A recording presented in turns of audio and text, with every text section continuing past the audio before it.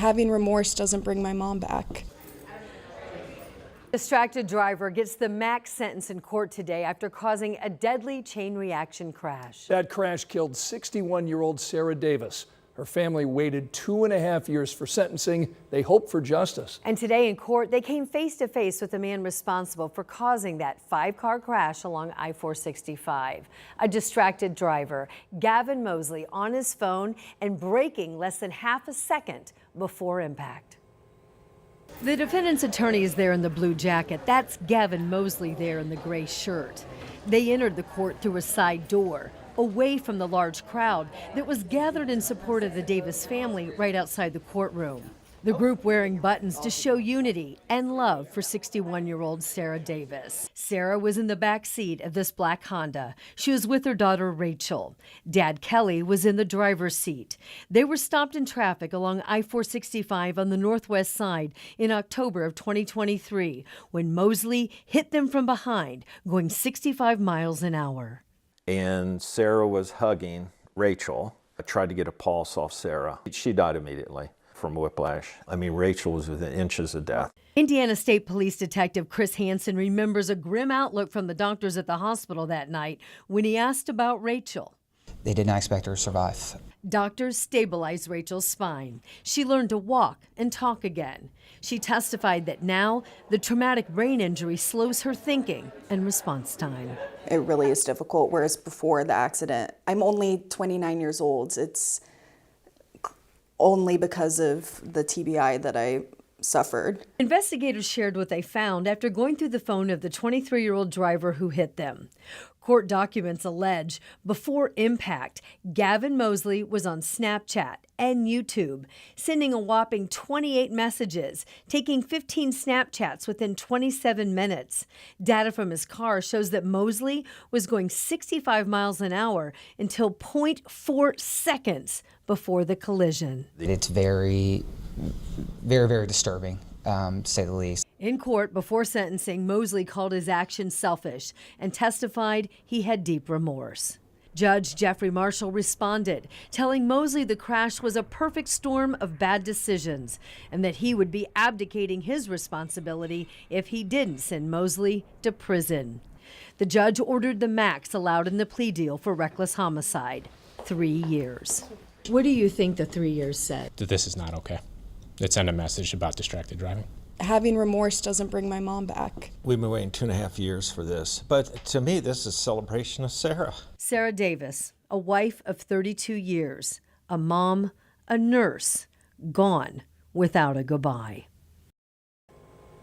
Now, in addition to the 3 years in prison, Gavin Mosley's driver's license is suspended for 4 years. Tonight at 6, court documents now reveal what led to the arrest of a former bus driver at Hamilton Southeastern Schools.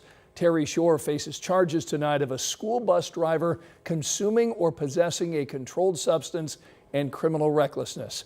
Police say they reviewed security footage from the bus that shows Shore drinking from a bottle of vodka, mixing it with orange juice and drinking that while students were on the bus. Court documents also reveal a student took a photo of a bottle of vodka on the bus and sent it to school officials. A spokesperson for HSE confirms tonight that Shore was removed from duty and is no longer employed by the school district. Tonight, a state audit of one of the programs within Indiana Family and Social Services Administration uncovered serious oversight issues. And nearly $200 million in overspent taxpayer money. Ashton Hackman explains what the state leaders uncovered. State leaders are calling it a major breakdown in accountability inside a program designed to help people stay and live in their own homes comfortably. Now those same state leaders are calling for more oversight. The Indiana Family and Social Services Administration says audits of 5 high-risk providers within the attendant care program found nearly $198 million in improper payments over a 3-year period. They, frankly, should know better. Attendant care helps people with everyday tasks like bathing, eating, and getting around. Support that allows people to stay in their homes instead of institutions. It does not include medical care. Auditors reviewed hundreds of claims and say nearly all had issues: missing criminal background checks, billing for services not allowed, little or no documentation, and care that didn't match what was approved. Quite a few more providers will be added to that list, and we unfortunately, based on what we found, we're the top 5. We anticipate finding more. In Indianapolis, Ashton Hackman, 13 News. Tonight, a nonprofit created in honor of Fisher's teen Haley Busby is now finding a way to give back to the community in her name. Haley's Army for Children Incorporated announced the Pink with a Purpose Scholarship for students graduating from HSE or Fisher's high schools. The scholarship awards $1,000 to 2 students with plans to attend higher education. Haley went missing in January earlier this year. Police found her body weeks later in Ohio. Tyler Thomas is charged in the 17-year-old's disappearance. It was warm this afternoon. We still have plenty of sunshine across central Indiana, including our view from Bainbridge that includes just a few fair weather clouds. Bunker Hill also mainly clear at this hour with just a few clouds. Temperatures near 80 degrees right now. It is warm across the area, and we're expecting to stay warm over the next several hours. We're back up to 81 in Indianapolis, Lafayette, Kokomo, 81 Bloomington and Columbus, and that's where we'll stay over the next few hours. Upper 70s and low 80s. Sunset this evening is at 8:30. Storm chances do return this time tomorrow. We are under a low threat of severe weather. The when 2 p.m. to 8 p.m.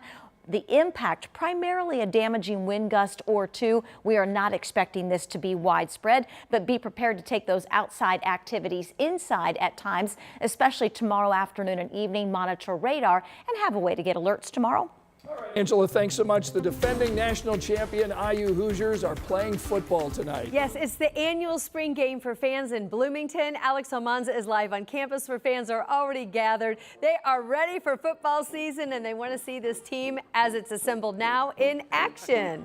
Alex?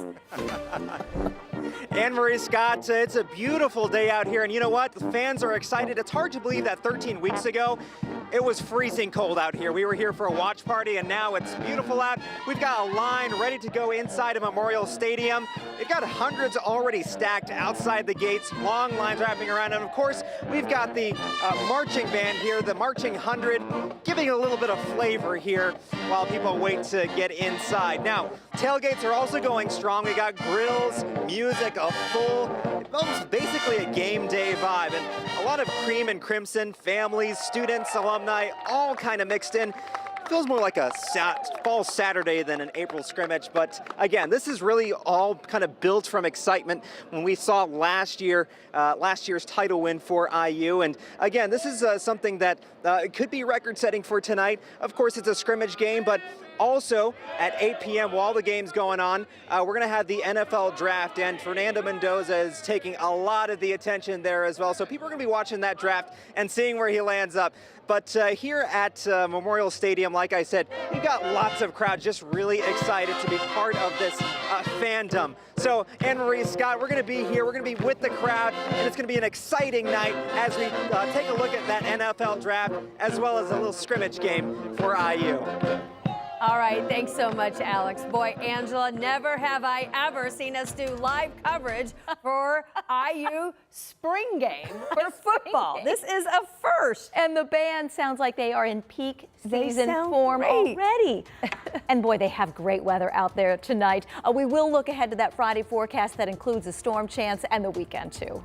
Also still to come, a major makeover is taking place in Noblesville. We'll tell you about this project, what it includes, and when it'll wrap up.